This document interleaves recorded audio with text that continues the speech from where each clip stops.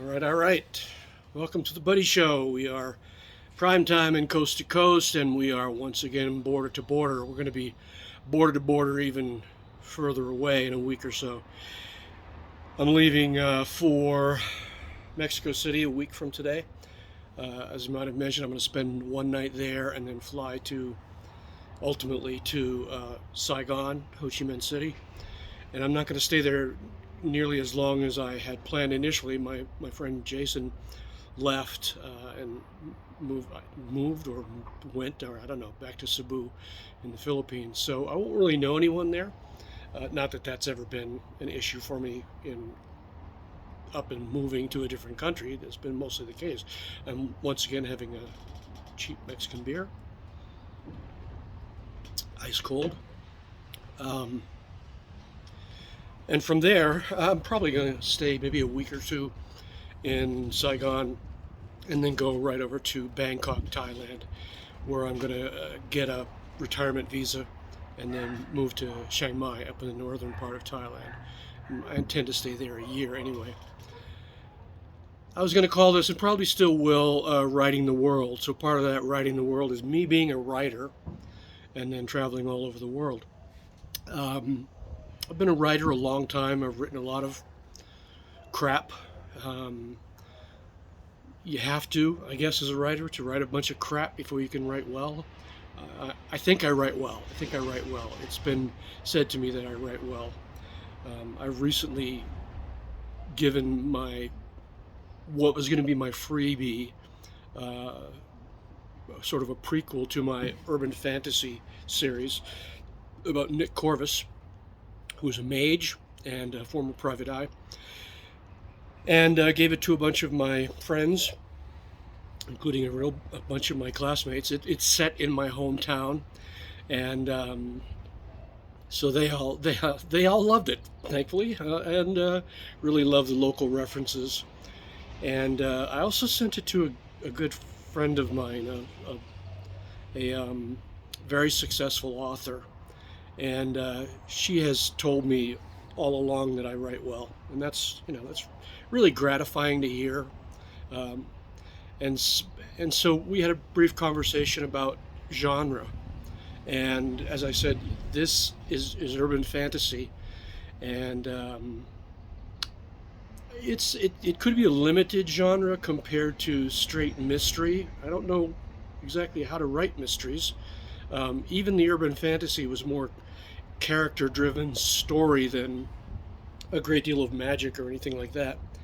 Um, and she said she thought I have a sort of noir voice to my writing, and I agree. I've taken to calling it snark noir because I tend to write snarky stuff because I'm snarky in real life, and it's easy, and dialogue like that comes really easily to me. Uh, Having taken one of Dean Wesley Smith's courses on writing with depth, tremendous amount of help to me, and I'm going to be starting advanced depth in a couple of days. So I'm hoping that those exercises will really help improve my writing, and I think it will. He's a really good teacher. So I think what I'm going to be doing is I'm going to segue from urban fantasy to straight, probably first person, the way I've been writing, um, private investigator mystery stuff. I've read a whole lot of that in my past, and it's really sort of my first love. I grew up with a love of reading thanks to my mother. There were books all over the house. I don't know if she got them from library sales or what. I remember one of the first series I read was, you can hear the dogs, Welcome to Mexico. At least there's no roosters. One of the first series I read was a series called Boy Allies, which was sort of like the Hardy Boys in World War I England.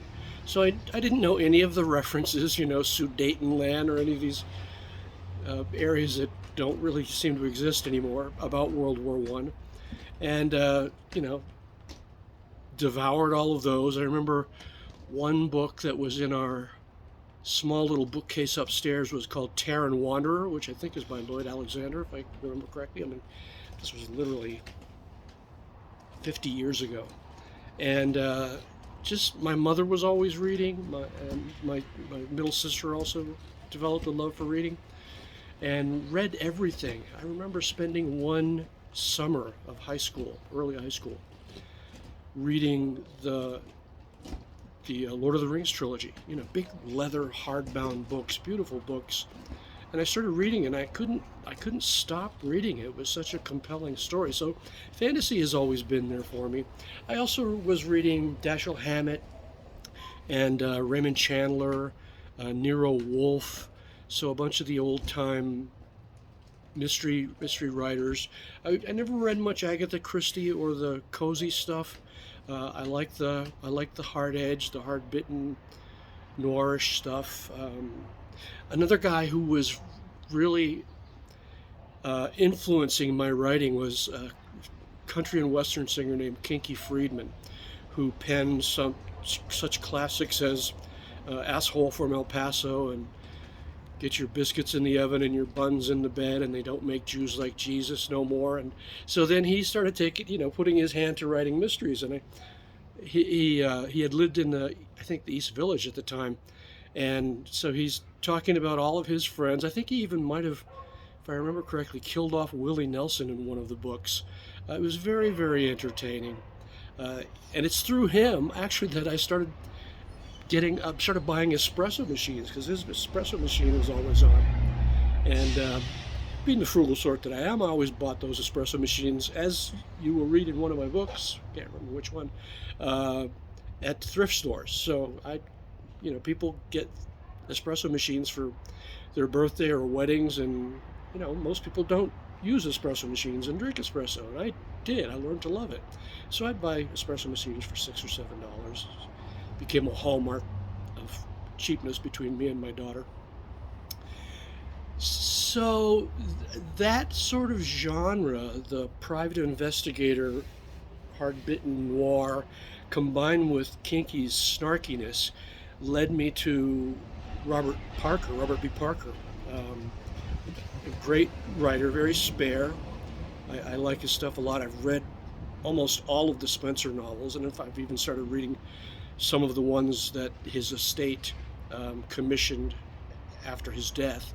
I just read one by, I'm sorry, Ace, if I can't remember your last name, but one of these guys. He writes exactly like Parker.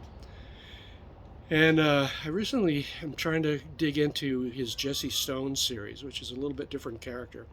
The Spencer character I really liked because he was literary, he was erudite, he enjoyed cooking. So if you read my books, I put a lot of that sort of reference in there, talking about food and talking about cooking and wine and beer. And, I write from my life.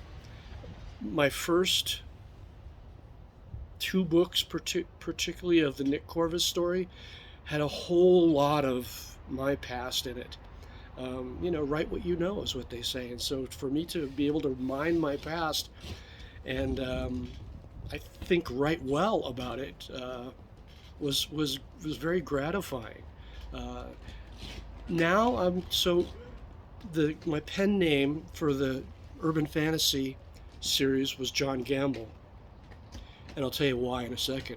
But I'm going to change that, not dramatically so, for when I'm writing the PI stuff, private investigator, in case you don't know what that is, to Johnny Lee Gamble. So any of you know my name is Buddy Tripp, and it's Buddy Lee Tripp. So Buddy Lee Tripp sounds like a pen name, already. So many of my author friends use pen names, and some people might wonder why. If you've ever read the book or seen the movie Misery, well, you know exactly why. There's nuts and crackpots out there. So I'm going to use Johnny Lee Gamble. I had used the name Johnny Lee Gamble in two prior books that were crap, and it was Johnny Lee. He and his big gay friend Buck were session musicians, and then somehow get involved in solving mysteries. He lived on a boat, as I recall, a sailboat in Marin County, California. So I'm going to go back to using Boston again. because there's a whole tradition of that. Parker and Jeremiah Healy and I can't remember who wrote it, but the Friends of Eddie Coyle.